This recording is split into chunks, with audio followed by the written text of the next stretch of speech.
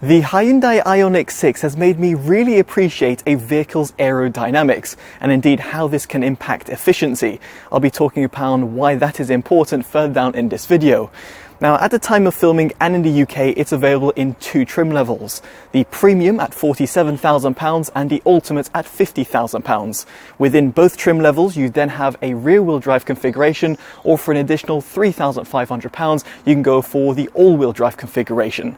So in this review, you can see how it compares to some of its competitors, including its sibling, the Ioniq 5, and to see if it's actually worth its price tag. Now, to kick off this review, we have to talk about efficiency and indeed aerodynamics. The Hyundai Ioniq 6 has a claimed drag coefficient of just 0.21. Now, to put that into perspective, that's a smidge better than the likes of the Tesla Model 3 and even the likes of the Porsche Taycan, although it is a smidge under the likes of the Tesla Model S.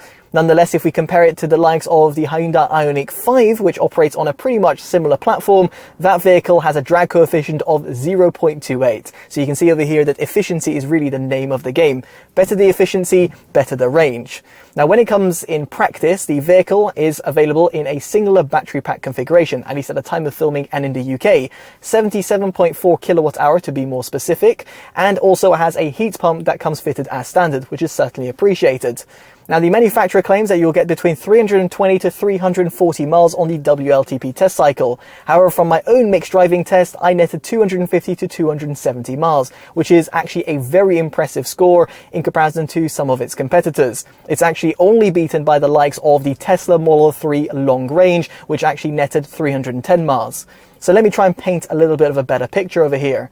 The BMW i4 M50 and the likes of the Polestar 2 all-wheel drive without a heat pump got roughly 200 to 220 miles. The Cupra-born, the VW ID3, got roughly 210 to 230 miles. Then the likes of the MG4 EV and the Tesla Model 3 rear-wheel drive, they netted 230 to 250 miles. The BMW i4 eDrive 40, 240 to 260 miles, and then the Polestar 2 single motor long range with a heat pump at 250 to 270 miles. So yes, indeed, over here, the Hyundai Ioniq 6 is certainly impressive. Now, better still, in comparison to its sibling, the Ioniq 5, due to its better drag coefficient, you should be able to net better range. See here, I had the slightly older Ioniq 5 with the 72.6 kilowatt hour battery pack, tested at 230 to 250 miles. So here I'm actually willing to bet that if I were to retest the Ioniq 5 with its slightly larger battery pack, in other words 77.4 kilowatt hour, that's similar to what's on review at the moment, I would be able to net a slightly lower figure than the 250 to 270 miles that I attained. Now, in order to be as efficient as possible and to recoup energy back into the battery pack, you want to enable a degree of regenerative braking. Now here, via the flappy paddles that are found behind the steering wheel, you can go through the different modes. First off, you've got the auto mode, which you can initiate by holding down the right side flappy paddle, and therefore it will go with the mode that you've selected on the infotainment system. Here you've got the strong, medium and weak presets. If, however, you want to adjust it on the fly, you might want to go for the different levels. You've got level 3, level 2, level 1 and level 0, which replicates coasting. My personal favorite, however, is iPedal mode, and that comes in just after level 3. Now, iPedal mode effectively gives you the ability to drive with one singular pedal. And indeed, over here, if I were to lift off the accelerator pedal at 15 miles an hour, I will come to a complete standstill, which is absolutely fantastic. This is something I've really commended the Hyundai group of doing, and therefore it's great to see that level of customization available to a user. Now, on the flip side, however, it is a shame that iPedal mode is not retained. So over here, if I were to just go and then park up and switch off the vehicle, you'll quickly find out that iPedal mode does not get retained, which is actually a little bit cumbersome to say the least. So here I'm just going to pull up and then switch off the vehicle while having been on iPedal mode.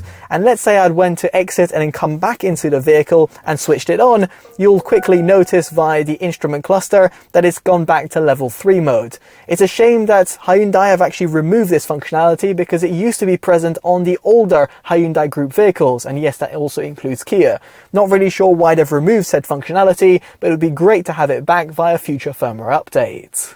Now, of course, if you want to reattain energy at a much more rapid rate, you can plug it in. And here, the Type 2 and CCS ports are found underneath an electronically controlled flap. You can't do it from within the cabin, but certainly feels a little bit more premium in comparison to the BMW, Tesla or Polestar. Now here, via CCS port, you have got the ability to attain up to 220 kilowatts via DC charger. And as a result, means that you can go from 10 to 80% in roughly 18 minutes, depending on the preconditioning of the battery. Of course, here, if you were to find a 50 kilowatt charger instead, which is more commonly found, it will take you roughly 73 minutes. Now, via its Type 2 port, and of course using an AC current, you can actually attain up to 10.5 kilowatts of input due to it having that onboard charger. And therefore, via an 11 kilowatt three-phase charger, you can go from 0 to 100% in 7 hours and 10 minutes.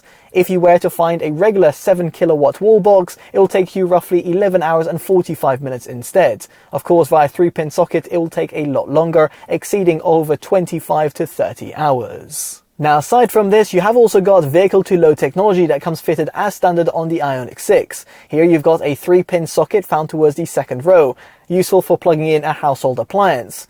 Better still, via an adapter which can be purchased separately, you can actually plug it in via its Type 2 port. And here means that you can provide up to 3.6 kilowatts of power to an external device, such as a household appliance or, of course, another EV. So moving swiftly on, we get onto performance, and here you've got two models. The all-wheel drive model that outputs a whopping 239 kilowatts of power, that equates to 320 horsepower and gives you 605 newton meters of torque. Then you've got the rear-wheel drive model that gives you 168 kilowatts of power, and that equates to 225 horsepower and 350 newton meters of torque instead. Now here, for the first time ever, I've noticed that this vehicle, unlike many of its competitors, you can actually disengage the front motor and indeed opt for a rear-wheel drive configuration. In case you're wondering why you might want to do this, it's for you to maximize on range rather than having the all-wheel drive configuration always in operation. Indeed, over here, if you go for the Eco mode preset or via the My Drive driving mode setting, you can actually go for a rear-wheel drive setup only. If, however, you opt for the normal drive preset, it will go for an all-wheel drive system on demand. However, the sport mode preset permanently engage the all-wheel drive setup. Now, why am I mentioning all of this? Well, purely because via RaceLogic's Performance Box Touch, I was able to compare the all-wheel drive and rear-wheel drive performances, and you'll be able to see the numbers on your screen. Indeed, the vehicle can launch to 60 miles an hour in a tested 4.9 seconds, which is blisteringly quick and pretty much near on identical to the Ioniq 5. While locked to its rear-wheel drive configuration, this figure drops to 7.52, and indeed certainly can be felt when you're putting your foot down to the metal. Speaking of which, over here, top speed is rated at 115 miles an hour. That should certainly suffice for a lot of consumers, but will leave certain people, specifically those who live near the German Autobahn, a little bit disheartened. Speaking about driving on the motorway, the Ioniq 6 cuts through air almost like a hot blade goes through butter. It's very hard to describe other than giving you that sort of analogy, but the vehicle is absolutely at one with the road and is unlike anything I've ever experienced before. And yes, that includes all of its major competitors. Now, on that note over here, when it comes to going around corners, the Ioniq 6 all-wheel drive model actually feels really well planted on the ground and doesn't feel as seesawy as the likes of the Ioniq 5. But when compared to some of its competitors, such as the likes of the BMW i4, Porsche Taycan, or even the Audi e-tron GT, the Ioniq 6 can't really compete when it comes to the driver's input. Even in terms of its sport mode preset, it just doesn't give you that one-to-one connection. I would put it on par with the likes of the Polestar 2 and a smidge above the likes of the somewhat twitchy Tesla Model 3. Now, if you're not too keen of putting your foot down on windy country roads, you will be pleased to know that the vehicle's suspension setup has actually been tuned to perfection.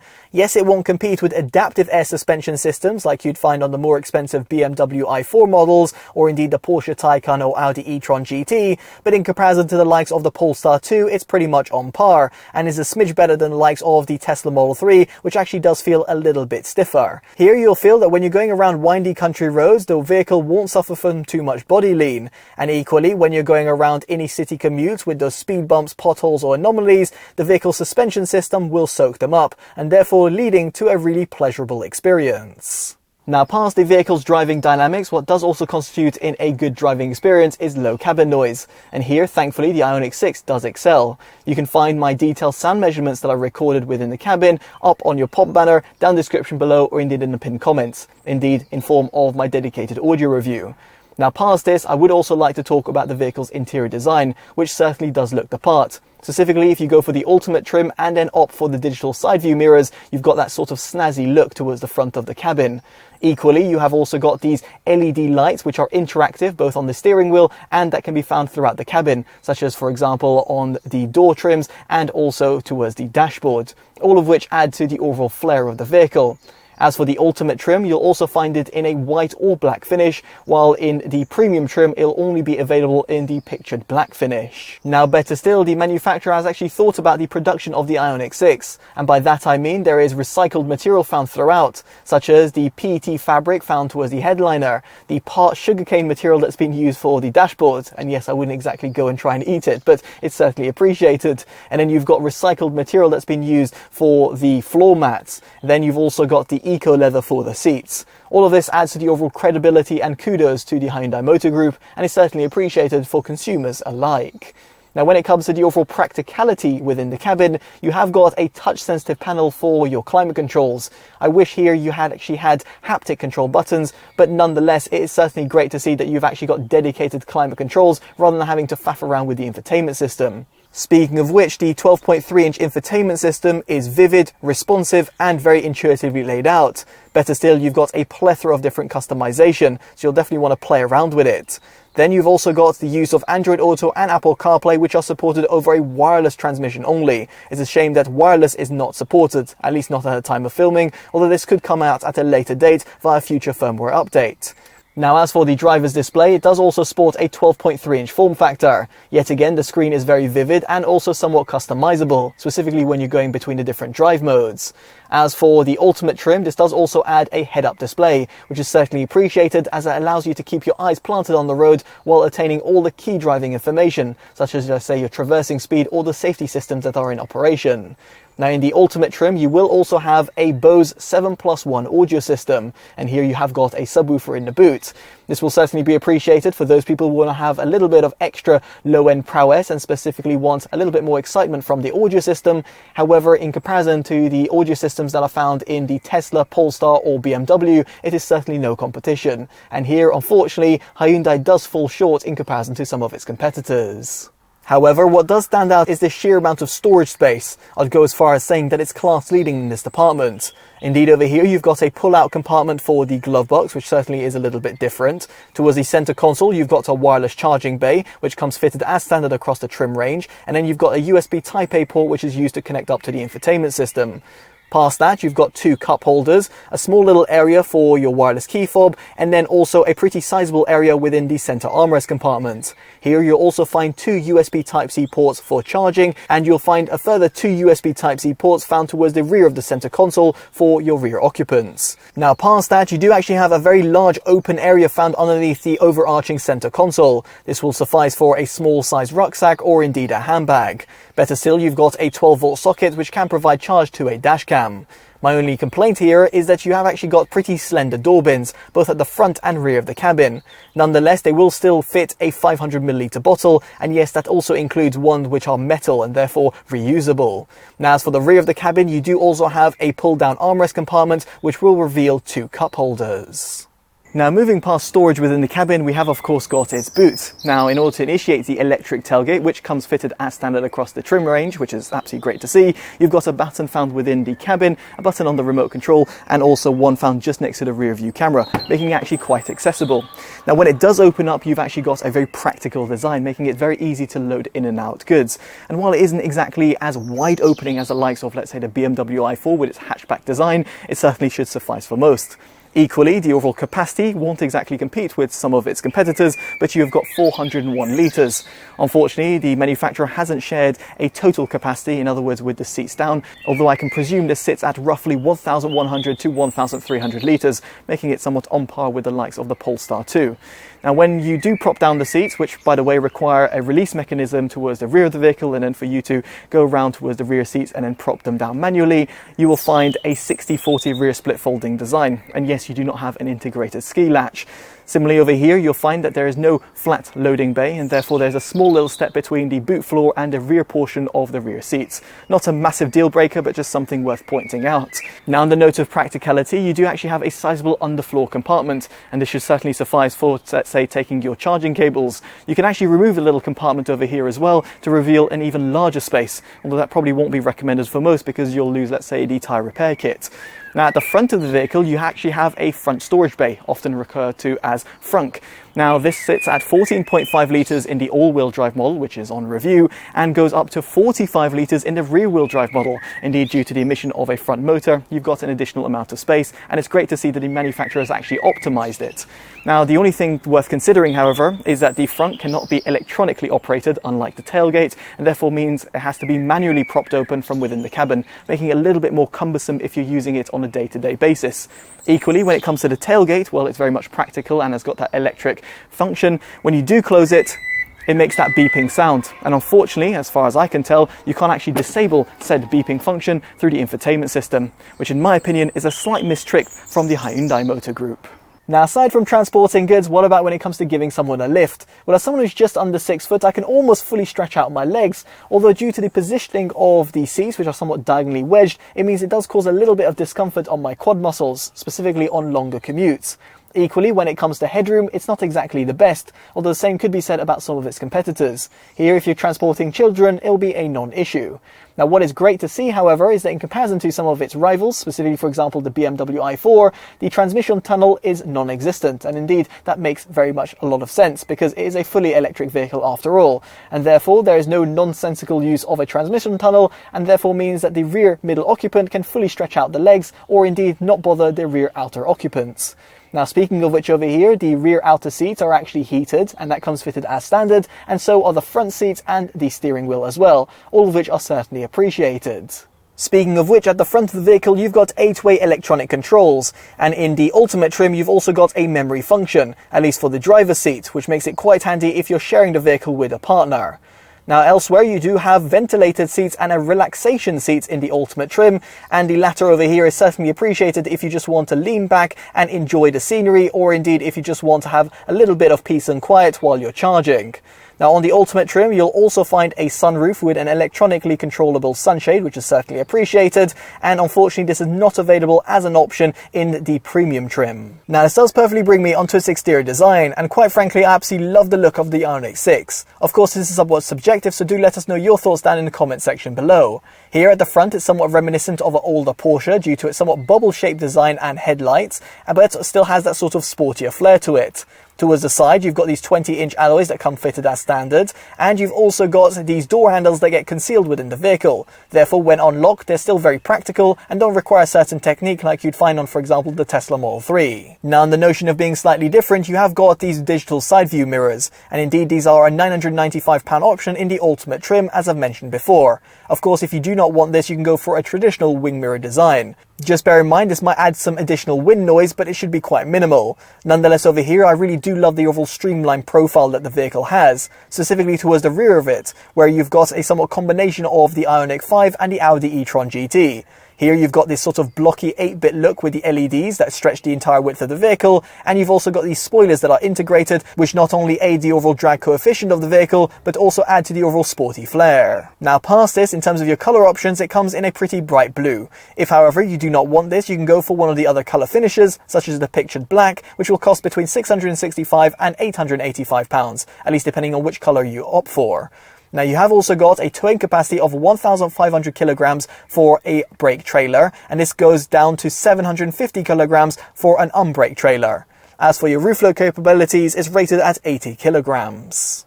Now, past the vehicle's exterior design, this does actually perfectly bring me onto crash safety, and here Euro NCAP gave it 5 out of 5 stars. In fact, it did a tremendous job in adult and child occupancy tests, scoring a whopping 97 and 87% respectively, which is up there with some of the very best. Equally, the safety assist score sat at 90%, and you can certainly see why. there's a plethora of driver assistance systems that come fitted as standard, such as the likes of Smart Cruise Control, which does an absolutely excellent job of keeping you from the leading vehicle and not feeling jittery either. You've also got Highway Drive Assist Level 2, which gives you steering support as well, making those longer motorway drives even less boring. Then you've also got the forward collision monitoring system, speed limit assist, which is a little bit annoying, specifically given the fact it gets enabled each time, lane follow and lane keep assist. Speaking of which here, the latter can be disabled quite easily by long pressing a button on the steering wheel, making it quite handy if you're frequenting country roads. Now past that, on the Ultimate trim, you do also have a blind spot monitoring system. This effectively uses the side cameras in order to alert you for any of your blind spots and therefore shows up on the instrument cluster. A fantastic inclusion and something that I've previously mentioned of the Hyundai group with some of the other vehicles that I've reviewed. However, you will be pleased to know that even on the premium trim, you still do have blind spot collision avoidance, therefore meaning it will still intervene if you're going to be swerving into a vehicle that you've not noticed. Now as for parking, the elongated Ioniq 6 will take a little bit of getting used to, but here you've got great visibility at the front and side and relatively thin A-pillars as well, therefore making it quite easy when you're going around a corner. Now as for your rear view visibility, it's a little bit limited, specifically due to the design of the vehicle and given the fact that you do not have a rear wiper. Thankfully, however, the manufacturer has thought about this and has included front and rear parking sensors as standard and also a rear view camera, which is a fantastic high resolution one and therefore means that you can really see your surroundings. Better still, you've also got rear cross traffic alert that comes fitted as standard on both trim levels, and therefore when you're backing out of a parking space, it will alert you of any sort of oncoming motorist that you might not have noticed. Now if you want some extra peace of mind, you might want to go for the Ultimate trim as it adds high resolution surround view cameras, therefore preventing you from curbing your rims. You have also got a smart parking assist, which can be initiated from outside of the vehicle or even within. This is a semi-automated parking similar to what you'd find on, for example, a Tesla, and therefore can take the stress away in some more complex maneuvers. It's never going to be as fast as a human, but nonetheless will be an appreciated feature for certain consumers. So with all that in mind, it brings us on to our verdict, and quite frankly the Hyundai group should really be proud of the Ioniq 6. It's a great alternative to the Ioniq 5 and is certainly a worthwhile consideration over the likes of the BMW, Polestar and Tesla. Granted, it won't excel in every single department, but if you're looking for a great all-round package, you should certainly look at the Ioniq 6. As a result of all of this, it gets our Best Buy award, as we can definitely see ourselves wholeheartedly recommending it. Now we'd be curious to know what you make of it down in the comment section below, and of course if you would pick it over some of the rival all-electric vehicles. And of course, if you have liked this detailed independent review, definitely do consider dropping a like, subscribing and hitting that bell notification, all of which would be greatly appreciated. As such, I've been Chris from TotallyEV, and I'll hopefully see you in the next one. Take care of yourselves, and goodbye.